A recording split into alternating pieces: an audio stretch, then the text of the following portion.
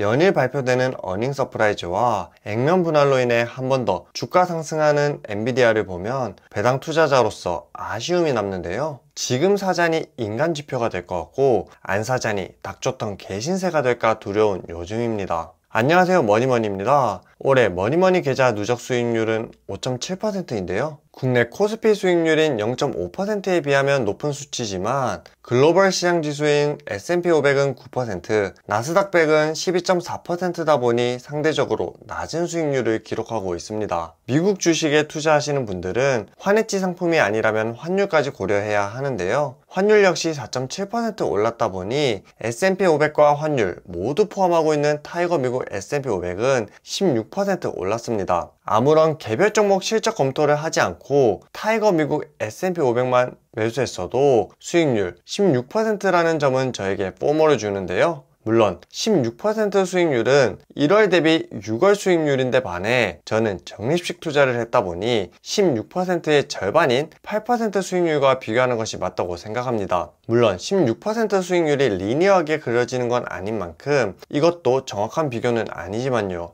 이렇게 비교했을 때 수익률 차이는 2.3%로 그나마 위안이 되는 것 같습니다. 저는 매월 500만원씩 적립식 투자를 하고 있는데요. 6월 1일 기준 계좌 총자산은 3,711만 2,202원입니다. 현재 보유 종목은 리얼티인컴, 슈드, 스타벅스를 보유하고 있는데요. 배당주와 배당 성장주를 주력으로 투자하고 있습니다. 그렇다 보니 23년, 24년 미국 주식시장을 뜨겁게 달궜던 AI 관련주가 단 한 개의 종목도 포트폴리오에 없는데요. AI 관련주가 시장을 주도하고 있다 보니 시장 수익률보다 낮다는 점은 아쉬운 것 같습니다. 4년간 지속해왔던 부동산 투자를 멈추고 미국 주식으로 넘어온 지 7개월이 되었는데요. 짧은 시간이지만 잘했던 점과 아쉬웠던 점을 나열해보면요. 잘했다고 생각하는 점은 한국 주식이 아니라 미국 주식에 투자했다는 건데요. 과거가 미래를 대변할 순 없지만 과거 수익률을 확인해보면 미국이 압도적으로 높은 수익률을 확인할 수 있고요. 현재를 봐도 대주주 친화적인 한국 기업과는 달리 미국은 주주 친화적인 기업이 훨씬 더 많다는 점을 봤을 때 미국을 선택하는 것이 더 좋다고 생각합니다.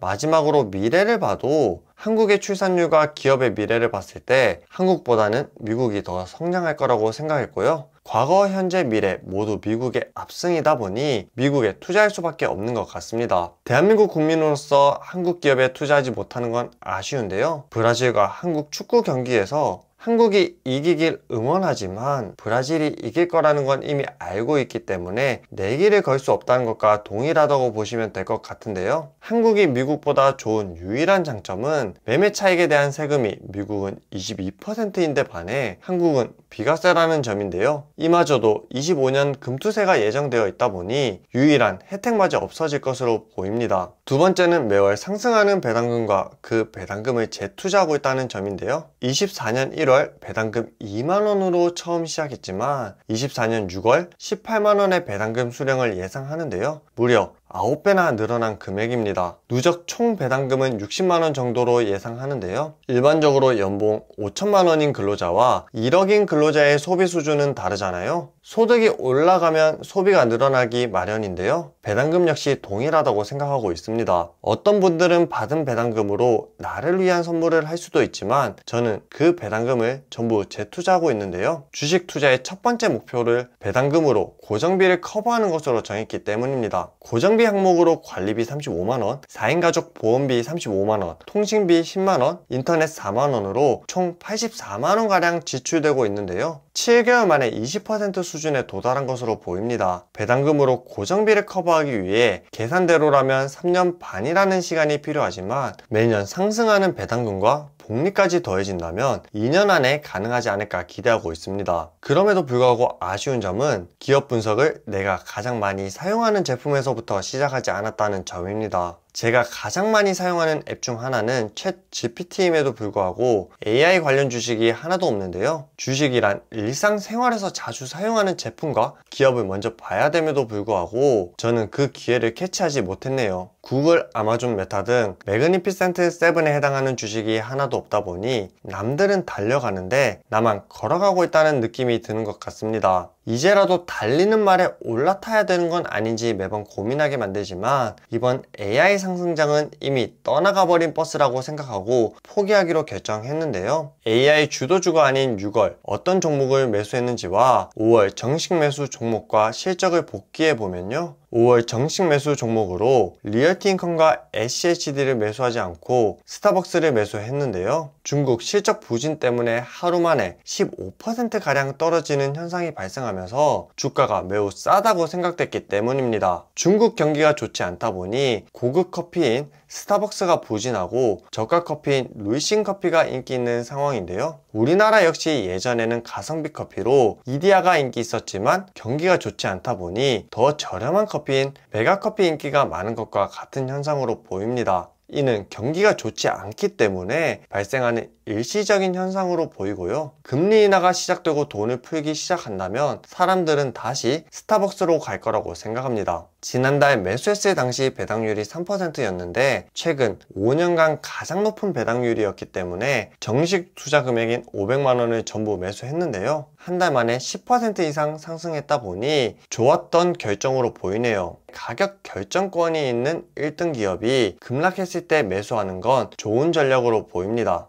이번 달은 스타벅스가 아닌 SCHD와 리얼티인컴 250만원씩 정식 매수를 했는데요. 스타벅스를 일부 더 매수하고 싶었지만 과거 리얼티인컴을 고점에서 샀던 기억 때문에 선뜻 매수 버튼에 손이 가지를 않더라고요. 그래서 이번 달은 스타벅스 대비 상대적으로 주가가 부진한 리얼티인컴과 슈드를 250만원씩 매수했는데요. 매수한 다음날 파월이 연내 금리 인하 1회 가능성을 내비쳤고요. 올해 슈드에서 빠진 브로드컴이 어닝 서프라이즈와 액면 분할을 발표했다 보니 저를 조금 더 슬프게 만드네요. 그럼에도 불구하고 리얼티인컴과 슈드 매달 증가하는 배당금 알람이 울릴 때면 저를 웃게 만드는데요. 주식이 정말 사람을 들었다 놨다 하는 것 같습니다. 어제 회식에서 주식으로 돈을 버는 사람은 상위 5%라는 이야기를 들었는데요. 그 이유를 정확히는 알 수 없지만 변동성이 큰 주식시장을 버티지 못하고 매도 매수를 하다 보니 주식으로 돈을 버는 사람이